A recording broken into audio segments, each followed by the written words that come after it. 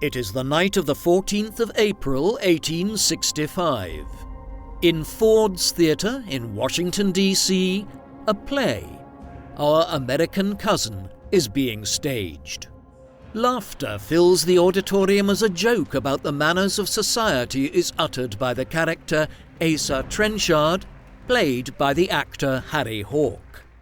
It is at this moment that another actor in the presidential box fires a shot into the back of the head of President Abraham Lincoln.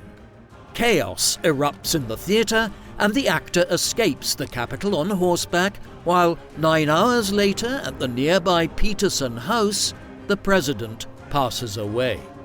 11 days later, the assassin is hunted down and shot at his hideout in Port Royal, Virginia, where he dies soon afterwards, cementing his name in infamy as the man who murdered one of the greatest presidents in American history. His name? John Wilkes Booth, the man who killed Lincoln.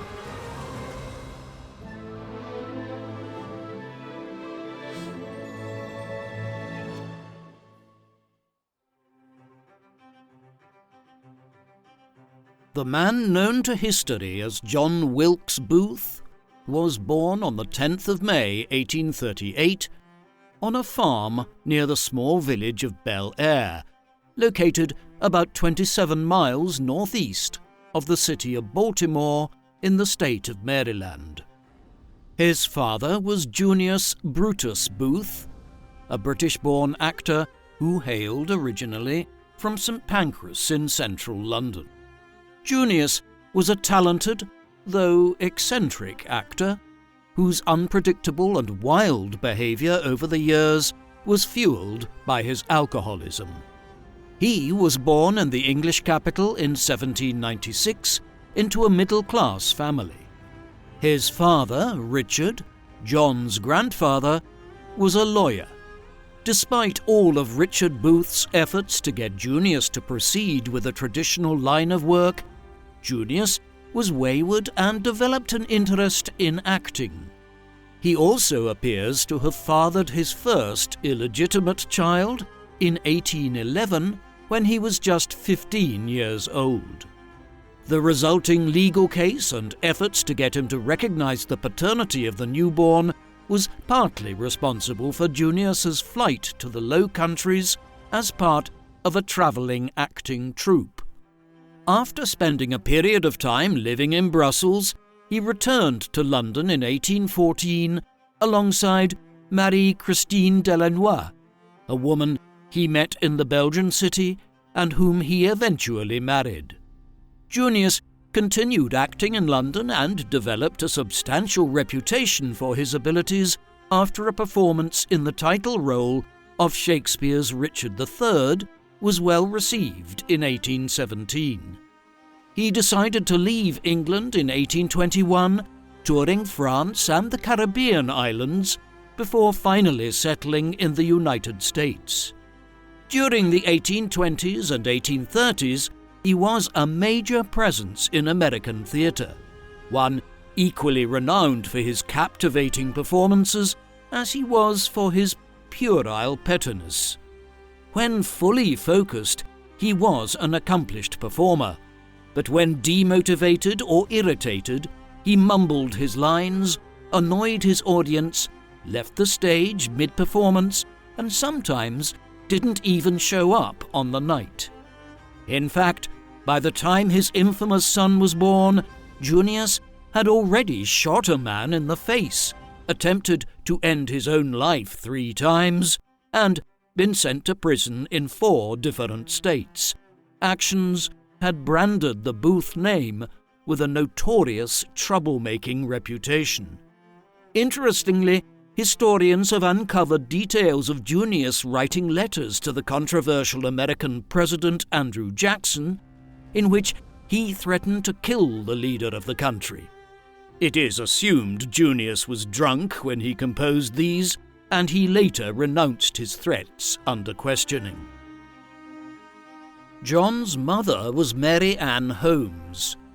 She was the daughter of a seed merchant from London who had become Junius's mistress after they met while he was performing in the town of Reading in 1820. She joined him when he departed from England, with Junius leaving behind his wife Mary Christine. He remained married to her legally until 1851 and only belatedly married Mary Ann Holmes then. They apparently went through a marriage ceremony back in 1821, but it was legally void as it would have constituted bigamy without Junius first obtaining a divorce from Mary Christine, which he did not do. Mary balanced out Junius's chaotic nature to some extent. She was a more grounded and kind-hearted woman who accepted the bizarre behaviour of her husband without trying to fix it. After about a year in the United States, the couple settled in the bustling city of Baltimore, though an outbreak of yellow fever and smallpox prompted them to move to the countryside. In true pioneer style, their new home was a 2-story cabin situated on a remote 150-acre tract of land located on a coaching road that linked the little villages of Bel Air to Havre de Grace. There, they started a very large family. John was one of the youngest of the large brood of 10 children. His older brothers were Junius Jr. and Edwin, both of whom would also become famous actors, as well as Henry and Frederick. His younger brother was Joseph, while his older sisters were Rosalie, Mary Ann, Elizabeth, and Aisha. Booth never met 4 of his siblings, namely Henry, Mary Ann, Frederick, and Elizabeth, because they died before he was born. John Wilkes Booth was born in Maryland, which in 1838 was considered a slave-owning state because it was located below the Mason-Dixon line that separated the cultural spheres of the free northern states and the slave-holding southern states. There had always been a cultural and economic divide in the United States ever since the birth of the nation back in 1776, when the Declaration of Independence was issued towards the start of the American Revolutionary War. The northern states like Massachusetts, New York, and Philadelphia were more urban and industrial. There were fewer slaves, and the urban elites here were more receptive to the ideas of the European Enlightenment, which questioned the morality of the slave trade. As early as the 1780s, there were states in New England that were moving to prohibit the slave trade and slave ownership. Conversely, in the South, in places like Virginia, the Carolinas, and Georgia, there was a rural economy based around the cultivation of tobacco and cotton. Slave ownership abounded, and rich plantation owners here were completely reluctant to curtail the slave trade, believing that it would destroy the wealth they generated from their large plantation farms in the process. For much of the 1790s, 1800s, and 1810s, there had been an agreement that the slavery issue would be left up to individual states to decide on. However, the westward expansion of the U.S. and the creation of new states in the Midwest was creating a problem and a contentious debate by the 1820s. A year before John Wilkes Booth was born, the number of free and slave states had become equal when Michigan became the 26th U.S. state and the 13th state to ban the institution of slavery. By the time Booth entered the world, the southern states were feeling threatened not only by the addition of more free states to the federal framework, but by the increased frequency of slave uprisings and the rapid growth of the northern-based abolitionist movement that they believed represented an existential danger to the southern way of life and its economy. John Wilkes Booth grew up against this background on the front lines of the slave-owning South and the abolitionist North. Booth grew up in a tempestuous family, though one in which cultural pursuits were favoured. As a fully grown man, he was about 5 foot 8 inches tall, a considerable height for the time. He was viewed as being attractive. His dark, piercing eyes, curly black hair, and sculptured features, as well as his cosmopolitan grace, conversational abilities, sharp intelligence, and strong reverence for romance, made him charming to women, who often sent him raunchy love letters after he attained a celebrity status as an actor in the early 1860s. In personality, John Wilkes Booth possessed magnetism and charisma that, according to one acquaintance, made all those in his presence be, quote, involuntarily bound to him as with hooks of steel. Yet his captivating allure was coloured by a strong eccentric streak, one he inherited from his father, that led to emotional outbursts that could be, depending on the situation, his mood, and how much alcohol he'd drunk, physically violent, threatening, or charmingly innocent. His lifelong adoration for his mother was one of the few consistent aspects of his personality that can be commented on, with friends noting how the connection between them was almost psychic in nature. This might also partly explain the affection and kindness to children he displayed throughout his short life. But it wasn't just kids he got along with, because John Wilkes Booth was respectful of, and could easily converse with, people from all backgrounds, even the African-American slaves who Booth believed should remain in bondage, for as he grew up in Maryland near the Mason-Dixon line, he adopted the Southern view of the slavery issue. His openness towards other people was contrasted by the close-mindedness of his opinions and the stubbornness with which he held to them. Contemporaries noted it was very difficult to make Booth change his mind on anything. With his father usually away touring, the most significant figures in John's early life were women. One of them was his older sister Rose, who, like most daughters of large families at the time, helped her mother run the household. She had a particular soft spot for her little brother, who, as a toddler, was so smitten with her he would follow her around the house. Whether it was dressing him, holding his hand to go to church, or bringing him to visit their friendly neighbour, whom they named Auntie Rogers, for buttered bread and sugar, he did absolutely everything with her, because his real mother, Mary Ann, was often too busy with her other domestic and familial responsibilities to attend to him. When he was old enough, John was sent to the one-room schoolhouse across the road from his house to begin his education, after which he attended the local Bel Air Academy. At school, he was more interested in pulling pranks than revising for exams, with former classmates recalling occasions when he threw live fireworks at them for fun. Yet, outside of class, he was an adept horseman. He also developed an amateur interest in woodworking. Interestingly, a carpenter who worked for the Booths for a time, Edmund Spangler, would subsequently work at Ford's Theatre in Washington, D.C., the theatre that Booth would make famous for all the wrong reasons in years to come. Back in 1845, John left his countryside roots behind when the family moved to Baltimore and into number 62 North Exeter Street, located in a quiet middle-class neighborhood in the city. Inspired by their father, when John was 9 years old, he built a makeshift theatre in his backyard with his older brother Edwin, which they called the Theatre Royal.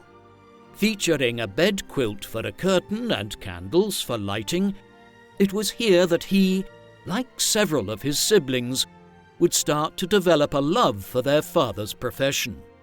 When he wasn't starring in productions at the makeshift playhouse like most boys his age, John loved to fight, wrestle, and generally cause havoc around town. But, like Junius, there was something a little sinister about his playfulness, as childhood friends relate several disturbing incidents when he gleefully killed cats for his own amusement. When John was 13 years old, a scandal that he would only later learn the full details about rocked his family. It all started when a Belgian woman unexpectedly turned up in Baltimore and began asking around for Junius. This was none other than Junius's wife, Marie-Christine Adelaide Delannoy, whom he had married many moons ago in England. During their brief relationship, they had had a son and a daughter together. Delannoy now stated that she was still legally married to Junius. At the time, John was too young to realize the full implications of the matter, but he definitely would have noticed that something wasn't quite right with his parents, who tried their very best to shield him from it, according to his cousin Eliza. Still, despite their best efforts to obscure the details, he knew deep down that it was his father to blame for the dark clouds that had gathered over his family, and so he began acting out, asserting he was different from his father by inscribing his initials on everything from trees to his own left hand, where he had them tattooed on. While his father dealt with the issue by paying child support, divorcing his long-estranged wife, and remarrying Mary Ann, John was sent to a Quaker-run boarding house called Milton Boarding School in Sparks, Maryland, to get away. It was here that his budding interest in acting was encouraged, culminating in the annual school picnic when, alone, he performed several scenes as Shylock from Shakespeare's play The Merchant of Venice. After Milton School, and together with his brother Joseph, John was shipped off to a strict military academy for teenage boys in Cantonsville, Maryland, called St. Timothy's Hall. Never one for the classroom, he continued to academically underperform despite his enthusiasm for history class where, learning about kings and queens, wars and conflict, heroes and villains, he cultivated a hatred for tyranny that would only deepen as he got older. The next noteworthy event in John Wilkes Booth's timeline was one imbued with a mixture of unresolved feelings and tragedy. On the 30th of November 1852, whilst en route to California with his sons Edwin and Junius Jr., both of whom were aspiring actors themselves by then, Junius Sr. died in Louisville, Kentucky, seemingly after developing a fever from drinking contaminated water. Peering at his father's pale but peaceful face from his open casket, John and his sister Aisha became agitated and ran out down the street, shrieking that their father was still alive because he seemed like he was just having a nap.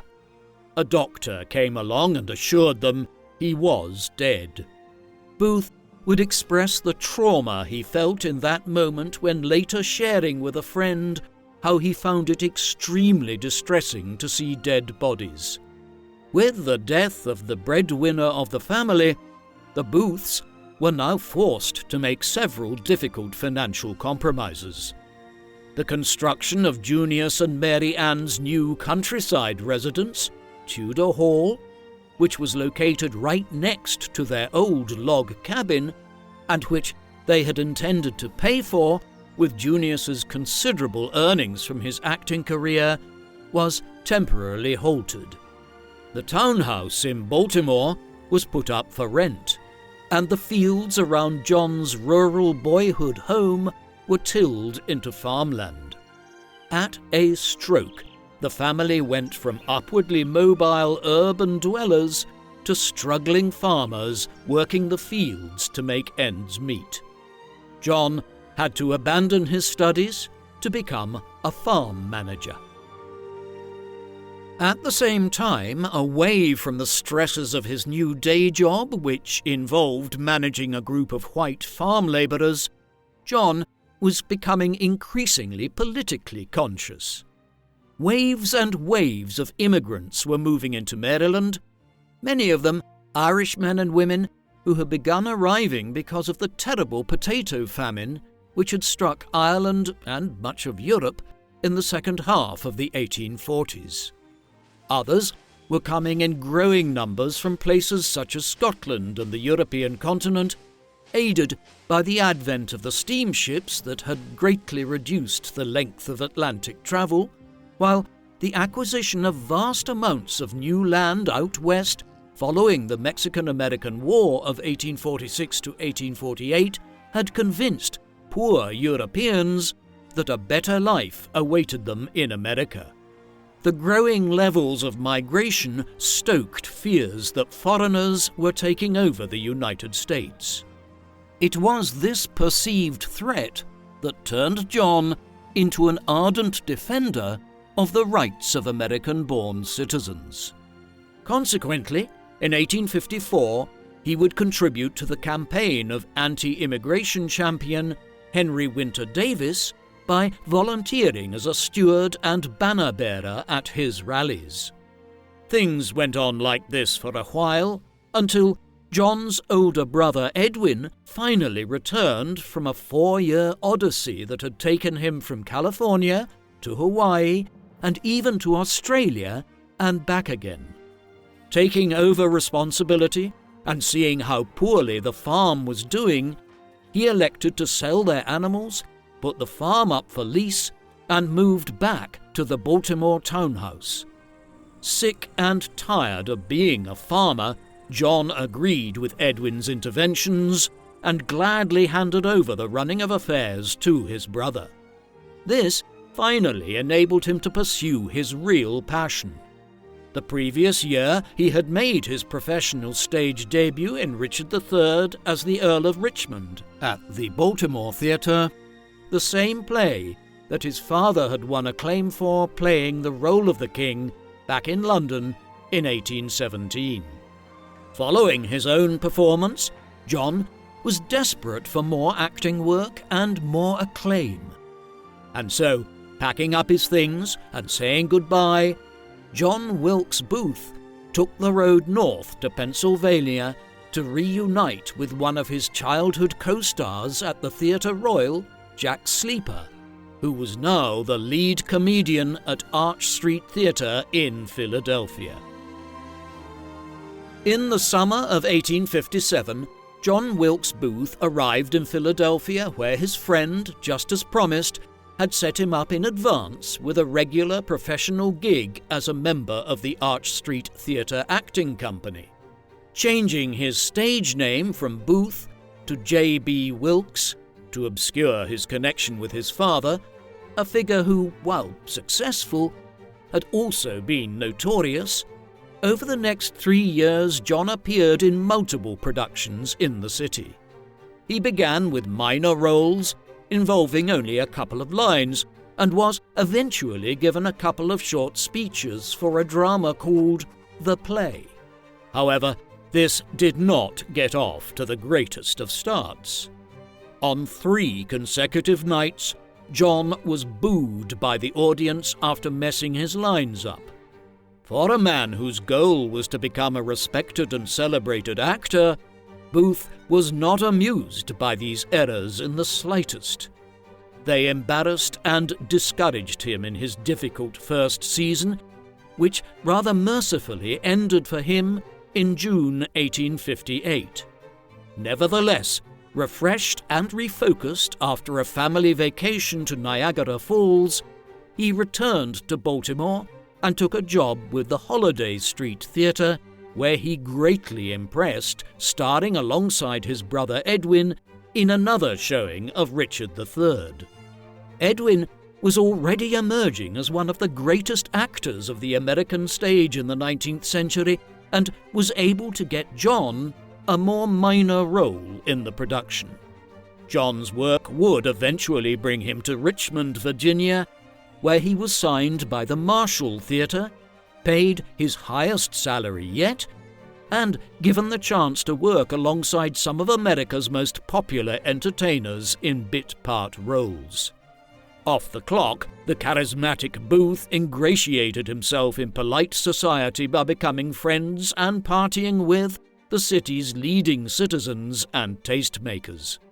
By December 1858, he had refined his craft to the point where he was being selected for major supporting roles, such as Paris in Shakespeare's Romeo and Juliet.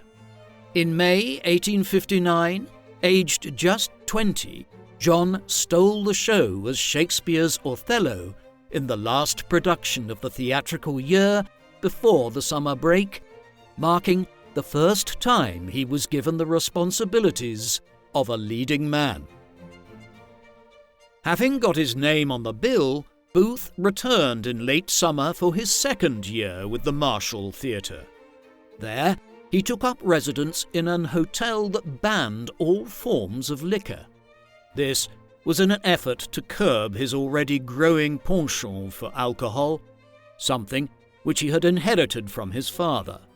It was during this period that one of the major events in the build-up to the American Civil War thrust John's professional and political loyalties into direct competition.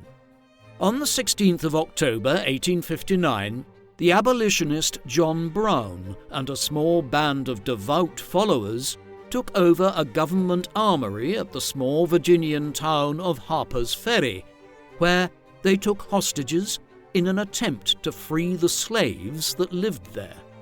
Although the standoff only went on for 48 hours, finishing when the raiders were captured and executed, the after-effects inflamed the growing divisions over the slavery issue in America. This was a dangerous new precedent that made it seem okay to use violence to liberate the enslaved. John Wilkes Booth, a staunch supporter of slavery, was perturbed by these events. Without informing his theatre manager, he joined the local militia, who felt that their presence was needed to dissuade and prevent any more northern raids into southern territory. Over the next 2 weeks, he performed militia duties in and around Charleston and Harper's Ferry, which included guarding the prison where John Brown was incarcerated, securing the roads that led to it with cavalry units, and supplying the daily food, drink, and resource needs of 400 militiamen. He stayed long enough to witness John Brown's public hanging, which made the squeamish actor go pale, weak, and light-headed as the condemned thrashed about, according to those that were with him. Upon his return to Richmond, Booth was fired by his boss for having disappeared for 2 weeks without explanation. He was soon rehired, though, when several local militiamen, who believed Booth had simply been fulfilling his patriotic duty, marched on the theatre and demanded he be re-employed. Over the next 6 months or so, he continued to hone his craft, performing at sold-out evenings to rave reviews that made him well known in many cities and towns on the East Coast. Becoming something of a minor celebrity, Booth took on an agent called Matthew Canning, leading to his first ever national tour as part of Canning's Dramatic Company. Starting in Columbus, Georgia in October 1860, it would take the up-and-coming talent to New York, New Orleans, and everywhere in between. It didn't get off to the most auspicious of starts, though. Booth had a close shave with death when he was accidentally shot in the thigh by Canning's pistol by a bullet that missed his major femoral artery by inches. Bedridden for around 2 weeks, he was back on stage by October the 29th, for an electrifying return in Montgomery, Alabama, that launched him back into the spotlight. Had his life not taken a different turn in the early 1860s, John might well have become as acclaimed an actor as his father had been, and as his brother Edwin was becoming. He was certainly earning enough. Already, by the end of 1860, Booth had earned the equivalent of hundreds of thousands of dollars in today's money. Such were the riches which stage actors accrued in an age before film and Hollywood, when the greatest stars of the era performed in touring stage productions. It was while Booth was in Alabama that the abolitionist Abraham Lincoln was elected as U.S. President following the election on the 6th of November 1860. This turn of events deeply troubled Booth. He would later write that the event was a declaration of war against the southern slave-owning states. Nevertheless, at the time his views were less extreme because he believed in the sanctity of the federal union of states. Booth wanted the country to stay together despite threats of secession from Alabama and other southern states. Others were willing to secede from the Union over their views. On the 20th of December 1860, South Carolina led the way and became the first state to declare independence from the United States. Next, on the 18th of February 1861, as more southern states seceded, Jefferson Davis was appointed as the first president of the rival Confederate States of America a couple of weeks before Lincoln's inauguration ceremony. Then, on the 12th of April 1861, the Confederates launched an assault on Fort Sumter in South Carolina, setting in motion the American Civil War. When this happened, Booth was in Albany, New York, where he was threatened with violence by the city's residents for expressing sympathy for the Confederate cause. As the Civil War heated up, John took the decision not to enlist, despite his strong support for the Confederacy. Several reasons for this have been offered up, including cowardice and the lack of a strong family military background. Others have pointed to a promise made by John to his mother to not get involved in the fight, which seems credible given that Booth greatly revered his mother. As friends and acquaintances signed up for military service, he continued to ply his trade, starring in sellout productions of Richard III, now his signature play, in St. Louis, Chicago, and the theatrical capital of the country, New York, in early 1862. In the press, his riveting performances drew comparison to the legendary Junius Booth, greatly annoying a son doing everything he could to avoid his father's long shadow. Afterwards, yet more praise was heaped on him for his debut in the prestigious Boston Museum. One reviewer stated, "He is perhaps the most promising young actor on the American stage." At the end of his showing in Boston, he returned back to Maryland for a break after performing 163 times in 11 cities in just 9 months. His vacation was far from relaxing, as the political turbulence of the nation played on his mind. His unrest deepened when Abraham Lincoln passed the Emancipation Proclamation on the 1st of January 1863, which effectively declared slavery to be at an end in America. Upon hearing this, Booth, who was rehearsing at the time, grabbed a prop pistol and thrust it into the chest of a co-performer, exclaiming, "If you were Lincoln, what a chance I'd have." What followed was a brief return to the Arch Street Theatre in Philadelphia for Booth, where he had got his first break, before a run at the new National Theatre in Washington, D.C.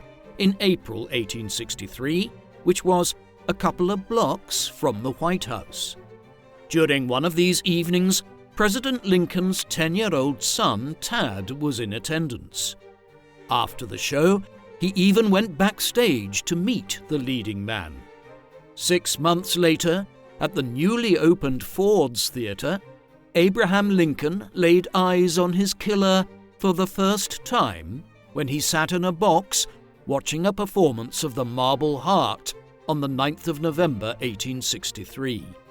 The president was sufficiently impressed to see him perform multiple times after, and even asked one of John's co-stars if he could arrange a meeting with him. When approached about this, though, the superstar actor made excuse after excuse. Yet this didn't stop Lincoln, who knew him on sight, from catching Booth's eyes as they walked past each other. As 1863 drew to a close, John's work took him to Leavenworth, Kansas, and when the new year dawned, the circuit took him to St. Louis, Louisville, Cincinnati, and finally on to New Orleans, which was being occupied by Northern forces at the time, as the Union armies began to turn the tide in the war decisively against the Confederates. Following on from this, between April and May 1864, Booth was in Boston for his last ever performance there. He then decided to take an extended break. Since January, he'd been suffering with a form of chronic bronchitis that was making it impossible for him to perform to the high standard audiences we're used to. This wasn't the only reason why he decided to stop acting from this point onwards. The loneliness and discomfort of relentless touring had also taken its toll on Booth, who, shortly before his hiatus from the business, explained to his friend, "To be candid with you, the profession is a very uninteresting theme with me. I like its great climaxes, the same as I do the great upheavals in nature or the meteoric flashes in human life, but the almost endless details, the commonplaces, weary me." Perhaps the most significant factor, though, was the war itself, and the fact that the Confederacy was steadily losing throughout 1864, a development which left Booth feeling increasingly despondent. A sense of duty now compelled Booth to do something of value for the Southern cause after so many years on the sidelines in enemy territory. In a letter to his mother, found days after Lincoln's assassination, he had written the following: "For 4 years I have lived a slave in the North, a favoured slave, it's true, but no less hateful to me on that account, not daring to express my thoughts, even in my own home, constantly hearing every principle dear to my heart denounced as treasonable, and knowing the vile and savage acts committed on my countrymen, their wives, and helpless children, I have cursed my wilful idleness, and begun to deem myself a coward and to despise my own existence." The first concrete evidence of Booth's plan to take matters into his own hands came from the recollections of one of his old schoolmates from St. Timothy's Hall, Samuel B. Arnold, who met him in August 1864. When the subject turned to politics during their reunion meeting, he recalls how his childhood friend talked of a bizarre scheme to abduct the president and transport him to Richmond in order to hand him over to Confederate authorities. He explained how Lincoln, accompanied only by his carriage driver, often stopped by St. Elizabeth's Hospital in Washington to check on injured soldiers. Similarly, the leader of the Union cause was also known to visit a government-run home for war casualties called the Soldiers' Home, located 3 miles north of the capital city. Additionally, he commuted to the White House every day on horseback or via a carriage. In Booth's view, there were ample opportunities to kidnap the leader of the United States, So he decided to mastermind a conspiracy to make it happen. Packing up his things, Booth went to Montreal in Canada, which by then had become a sanctuary for Southern exiles, to put down the foundations of his history-altering enterprise, which his considerable personal wealth would bankroll. Leaving Canada with a list of rebel contacts, he paid a quick visit to his mother in New York before going back to Baltimore as the November 1864 presidential elections were getting underway.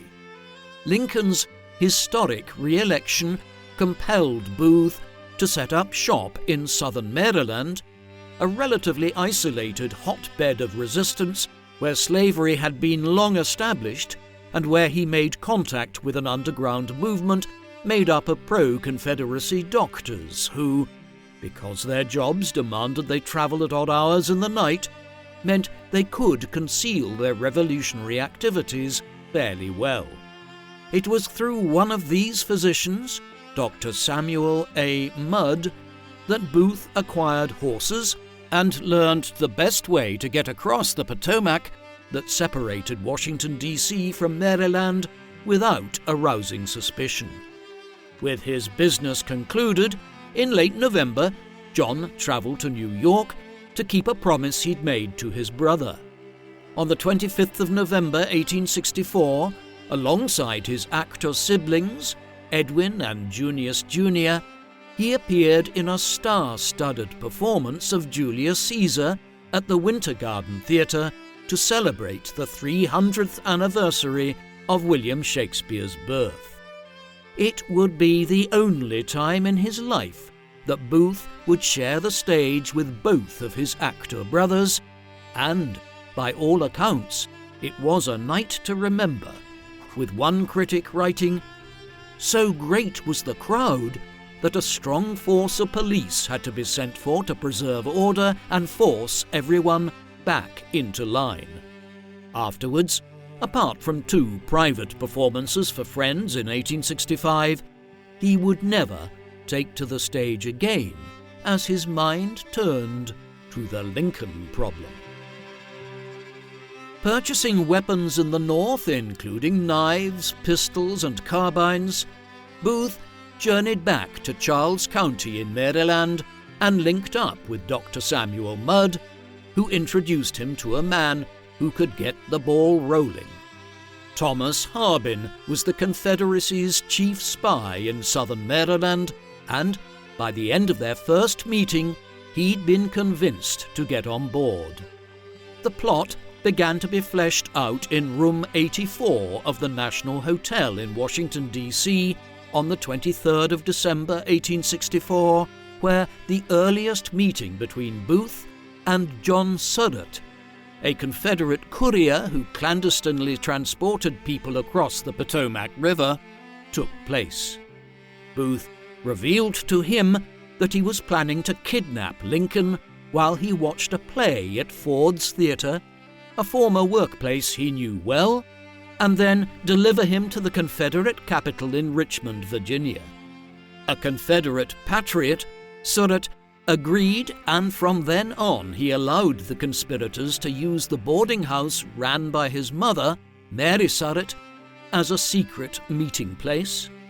In the meantime, back in his home village of Bel Air and the surrounding areas, the actor turned self-appointed tyrant slayer would secure the assistance of anti-abolitionist farmers who thoroughly hated the slave-freeing president.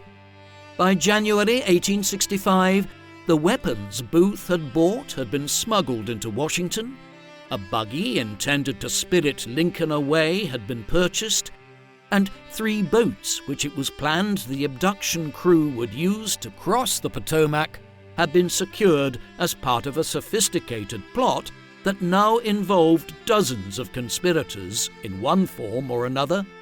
On the evening of the 18th of January 1865, the rebel boatsmen and escape crew stood at the ready as Ford's Theatre opened its doors for a performance of Jack Cade. The star of the show was Edwin Forrest, who was one of Lincoln's favourite actors and the man who was to lure him to the theatre. In the end, however, all the painstaking preparations would count for nothing when the would-be abduction was called off. It's not known precisely why this happened. While some attribute it to the fact that the president had gone to a different theatre that evening, others have also noted that heavy rainfall and army wagons lining the road blocked any escape route. Back at his room in the National Hotel, John, who had spent $4,000 of his own money trying to pinch Lincoln, felt deflated. Nevertheless, he had little choice but to change tack. His attention now turned to Lucy Hale, an admirer of his and fellow guest, who was the younger daughter of New Hampshire Republican Senator John P. Hale. Lucy, who had first come across Booth in 1863 while he was acting in Washington and given him flowers in recognition of his work, reunited with her love interest at a dance held at the National Hotel shortly after the aborted kidnapping. One thing led to another, and before long, the pair were engaged in a whirlwind romance that would ultimately lead to Lucy inviting John to President Lincoln's second inauguration. On the 4th of March, 1865, after witnessing Vice President Andrew Johnson being sworn in inside the Senate chamber, Booth elbowed his way to the front, so he was only a couple of meters behind the president as he was approaching the elevated inauguration platform.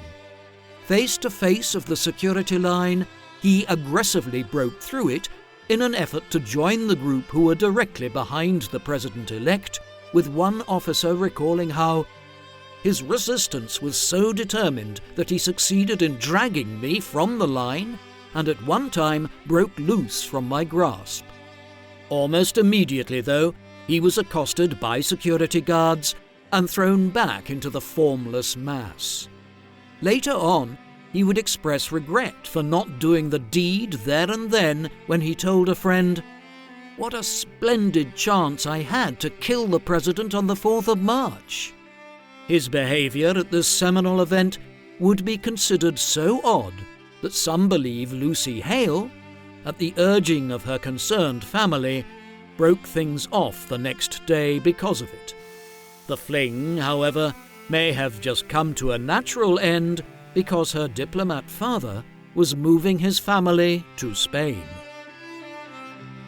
On the 15th of March, 1865, all the main players of the conspiracy assembled at a restaurant called Gators on Pennsylvania Avenue to discuss their next attempt, which would again involve nabbing Lincoln at Ford's Theatre.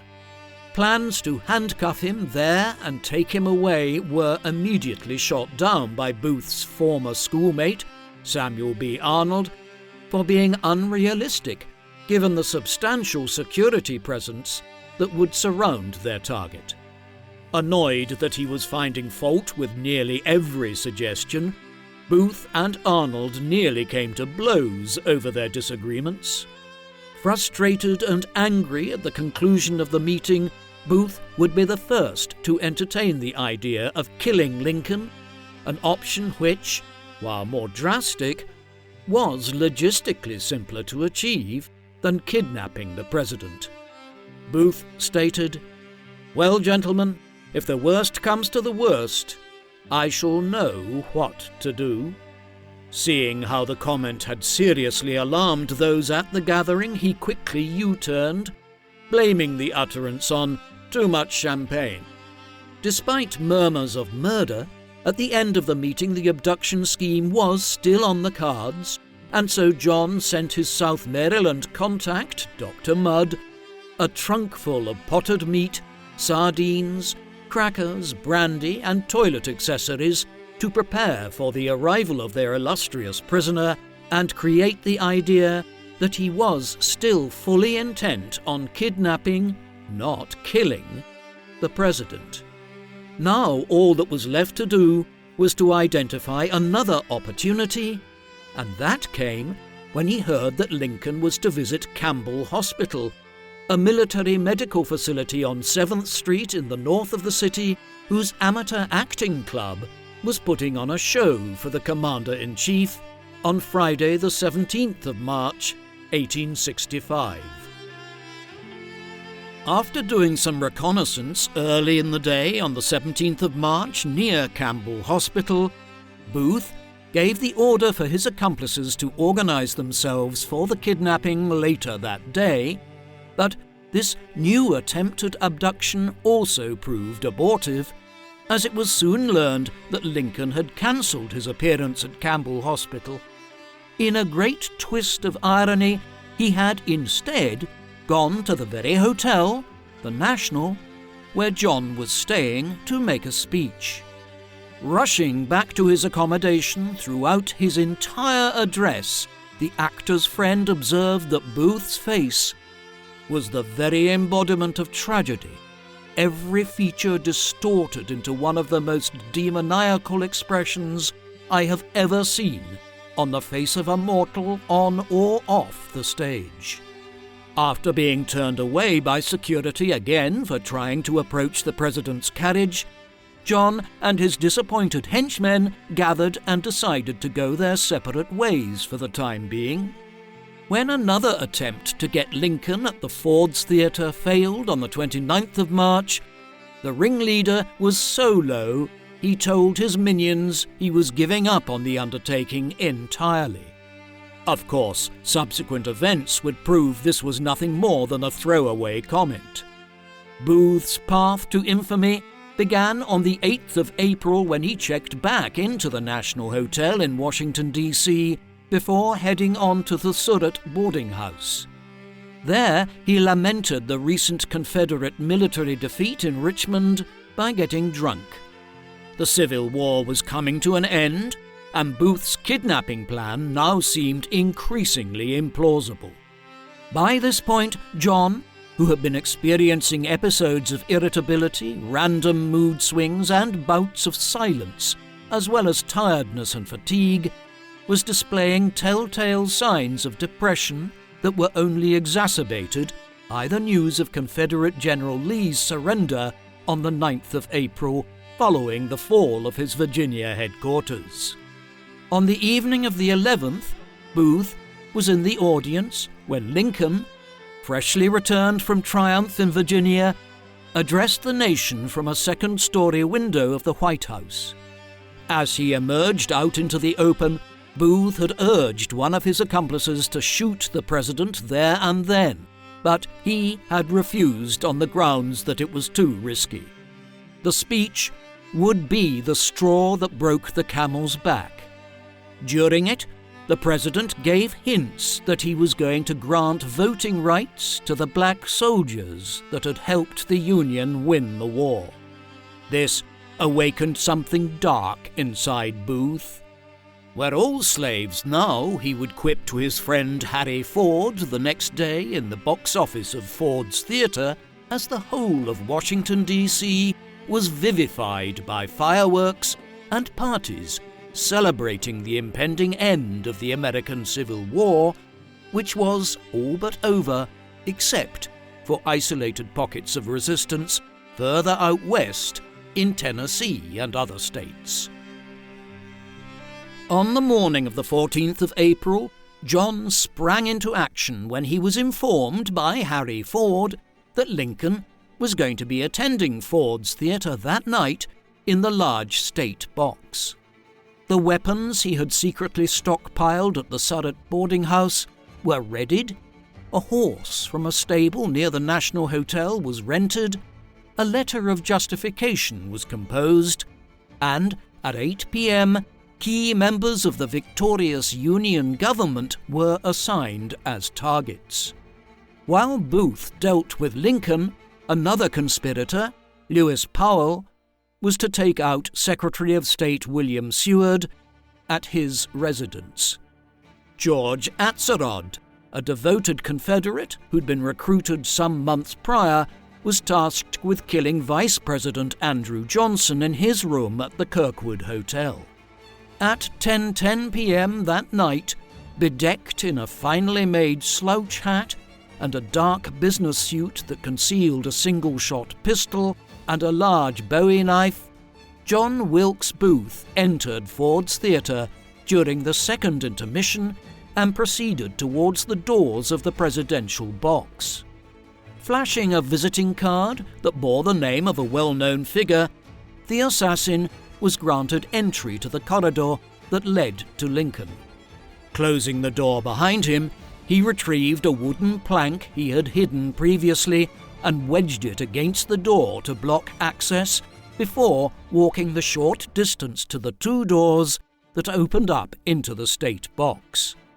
Pressing his eye to a peephole on the left entrance, he spied President Lincoln, who had his back turned and was facing towards the stage. To his right was Mrs. Lincoln, and 7 or 8 feet further right from her was her friend Clara Harris and her step-brother, Major Henry Rathbone. As the theatre hooted with laughter at a line ridiculing an aristocratic English lady who'd exited the stage in a huff, John Wilkes Booth swung open the door, stepped behind the president who was looking down at the orchestra, shouted, "Freedom!" and let off a single bullet that caused Lincoln's right arm to instinctively flail upwards as it penetrated behind his left ear, knocking him unconscious, though not killing him yet. Letting go of his weapon, and with the smoke from the discharge obscuring him momentarily, Booth flew past Mrs. Lincoln and put a foot on the railing at the front of the box as if to present himself to the flabbergasted audience. Almost immediately, Major Rathbone pounced on Booth, grabbing him from behind and forcefully pulling him back so the two were engaged in a face-to-face struggle. But then Booth, pumped with adrenaline and the stronger of the two, wriggled his right arm free, grabbed his knife, and stabbed the Major in the part of his arm below the shoulder, causing him to collapse. With the immediate threat disabled, he returned to the front of the theatre balcony, yelled, "Sic semper tyrannis," meaning, "Thus always to tyrants," in Latin. He then leapt down out of the box to a lower level, just as Rathbone rose and grabbed the killer's coattails. Put off balance, John slammed to the floor with a great crash, breaking the fibula in his left foot as the Stars and Stripes, patriotic bunting from the box, came down with him.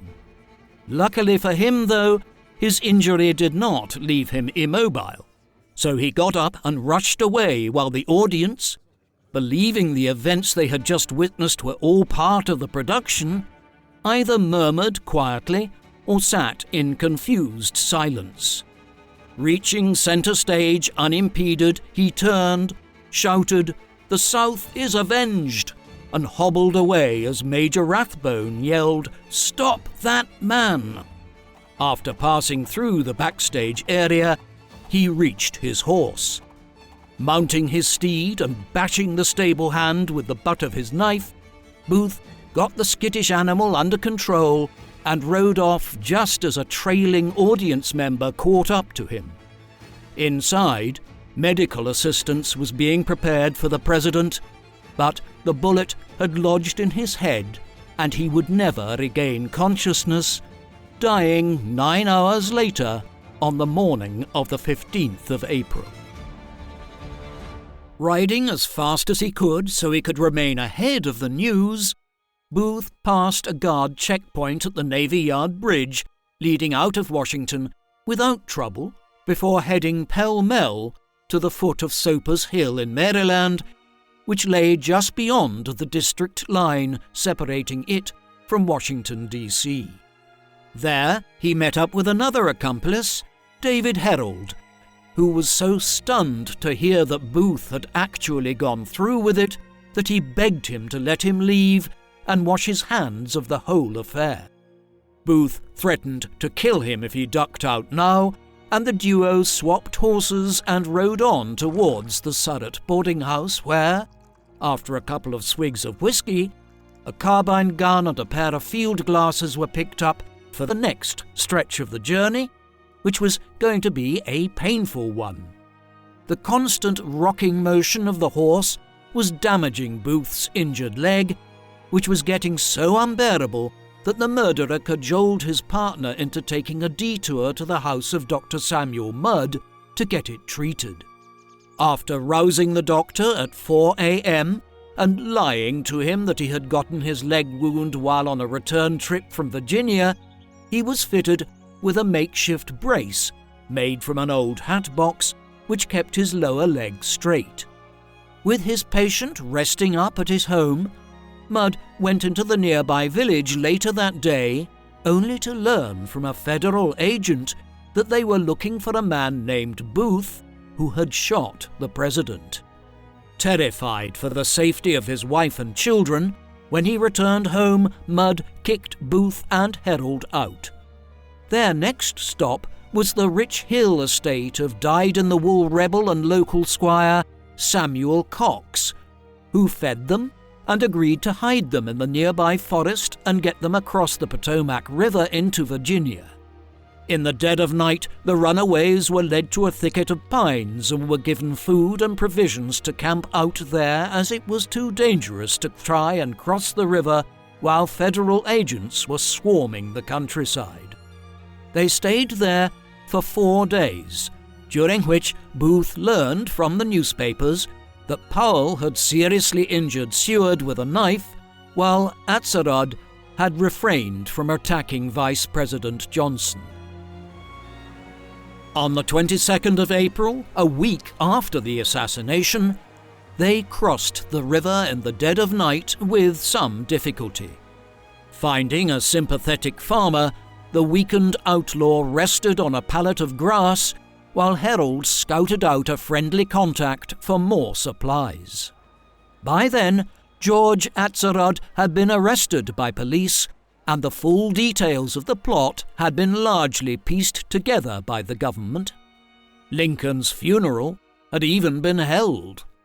Carrying a sackful of food, the pair were shuffled to another Confederate doctor's house, but they were refused hospitality when Booth was recognized and told to go to the shack of a local free-born black farmer, William Lucas, instead.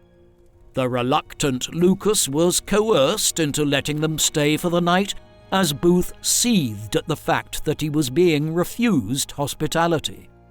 The next day, they got up early and rode on in a carriage to Port Conway, where they bumped into 3 Confederate soldiers on horseback who, once the identity of Booth had been revealed, agreed to help them across the Rappahannock River. At this juncture, the executioner's health had markedly deteriorated, with one of the Confederates observing how his wounded leg was greatly swollen, inflamed, and dark, as from bruised blood. That he suffered intense pain all the time there was no doubt, though he tried to conceal his agony, both physical and mental. Disembarking from the craft that had ferried them across to the village of Port Royal, the soldiers brought Booth and Herold to Garrett Farm, where they were received by Richard Garrett, who was made to believe his crippled guest was an injured Confederate serviceman. John passed the night in deep slumber, but it would be the calm before the storm. The next day, he was informed that a party of 40 Yankee cavalry was en route. Spurred into action, both criminals dived into a nearby ditch to take cover as the horsemen passed, before returning to the Garrett home. After a couple of minutes wrangling, their suspicious hosts agreed to let the fugitives stay for one more night in a barn on the property, on the condition that they left the next day. At 2 a.m. that night, Booth and Herold stirred to the sounds of footsteps, shouts, horses, and dogs being made by a military unit headed by Federal detectives Everton Conger and Luther Baker. As it would later transpire, one of the Confederate soldiers who had helped them at the river had given their location up after he'd been identified as one of Booth's accomplices by a fisherman who'd spotted them both in Port Conway. Then, when the federal force had approached the farm, one of Garrett's sons, Jack, who'd started to sense something askew was occurring, had pointed them in the direction of the barn where John Wilkes Booth would make his last stand. "You men had better come out of there. We know who you are," yelled Detective Baker as his party of men encircled the barn and as they readied Jack Garrett to go inside, his task being to persuade the visitors to turn themselves in peacefully. When this didn't work, for Booth was far too desperate to listen to reason at this point, Baker demanded the surrender of the outlaw. "Give me 5 minutes to consider," he responded as the pair attempted to kick down a wooden board at the back of the building to break free, with no luck. After more negotiating, Harold decided he had had enough, and so with his partner in crime's blessing, he stepped outside with his arms up and was taken away as Booth made it clear he would not surrender by yelling out remarks such as, "Make quick work of it," "Shoot me through the heart." Convinced the fugitive would not back down, Detective Conger ordered that kindling wood and hay be stacked up against the back outside wall of the barn. Then, all of a sudden, Conger set fire and threw a bundle of straw onto the pile. They would smoke out Lincoln's assassin, or he would burn to death. As smoke began funneling up from the wooden floorboards, Booth would have realized the situation had now become utterly hopeless. With John's eyes darting towards the fire, Acting Sergeant of the troops, Thomas Boston Corbett, took advantage of his lapse in attention to remove the lock of the door. He then peered inside. Seconds later, the assassin turned around and spotted him and, running his fingers through his hair as if to prepare himself, and with a pistol in one hand and a carbine in the other, he defiantly shouted, "Do your worst!" The cornered killer lurched forward straight towards him, and saying a quick prayer for Booth's soul, Corbett pulled out his Colt revolver and avenged the president with a single shot. With a short scream, Booth collapsed head first. As he tried to turn over, Detective Baker sprinted in and pinned him to the floor. John's carbine was yanked from him, his grip on the pistol was unloosened, his knife was snatched from his belt, and his motionless body was hauled to a grassy area outside. To all intents and purposes, it seemed that he was dead, but upon inspection of his still trembling mouth, it was established that he was still alive, and when Baker splashed water on his face, his eyes snapped open. The bullet had destroyed Booth's 4th and 5th cervical vertebrae, snapping his spinal cord so he was permanently paralyzed from the neck down, causing him to gasp for air. Pressing his ear close to the victim, the detective heard him say in a faint voice, "Tell my mother I die for my country." As the burned barn began to resemble a sooty skeleton, John was transferred to the house and laid down on a straw mattress on a veranda while his identity was officially confirmed. "Kill me," he begged again and again as he choked for breath and as his face was being washed by one of the Garrett women, who had mixed a linen cloth with brandy and water and placed it on his lips, for he could no longer swallow. Mortally wounded at 3:15 a.m., the dying Marylander hung on until 6 a.m. when a doctor from Port Royal arrived on the scene, only to announce he would die in the next hour. His prognosis was correct, for John Wilkes Booth's laboured breaths became less and less frequent. His pulse gradually disappeared, and then just after 7 a.m., he slipped away. Born the son of British immigrant parents, John Wilkes Booth spent his earliest years growing up on an isolated rural farm in Maryland, where he was mainly raised by his sisters and mother because of his absent father. As a child, he was a troublemaker who preferred pulling pranks and causing chaos to studying at school, but while his grades were not the best, his acting ability certainly was. John first took to the stage at a makeshift theatre in his garden called the Theatre Royal, where he first nurtured his dramatic talents. When he was 13, due in part to a family scandal involving his father's second secret wife, he was sent to boarding schools across Maryland. There he further developed his stagecraft skills, starring in several school productions that marked him out as a young actor with great promise. His ambition to be a professional actor, however, was temporarily put on hold following the death of his father. The loss of the family's considerable income meant that Booth, as the oldest male still living at home, had no choice but to become a manager on the family farm as a teenager. Still keeping his acting ambitions alive, it was during this period that he would make his professional stage debut as the Earl of Richmond in a production of Richard III.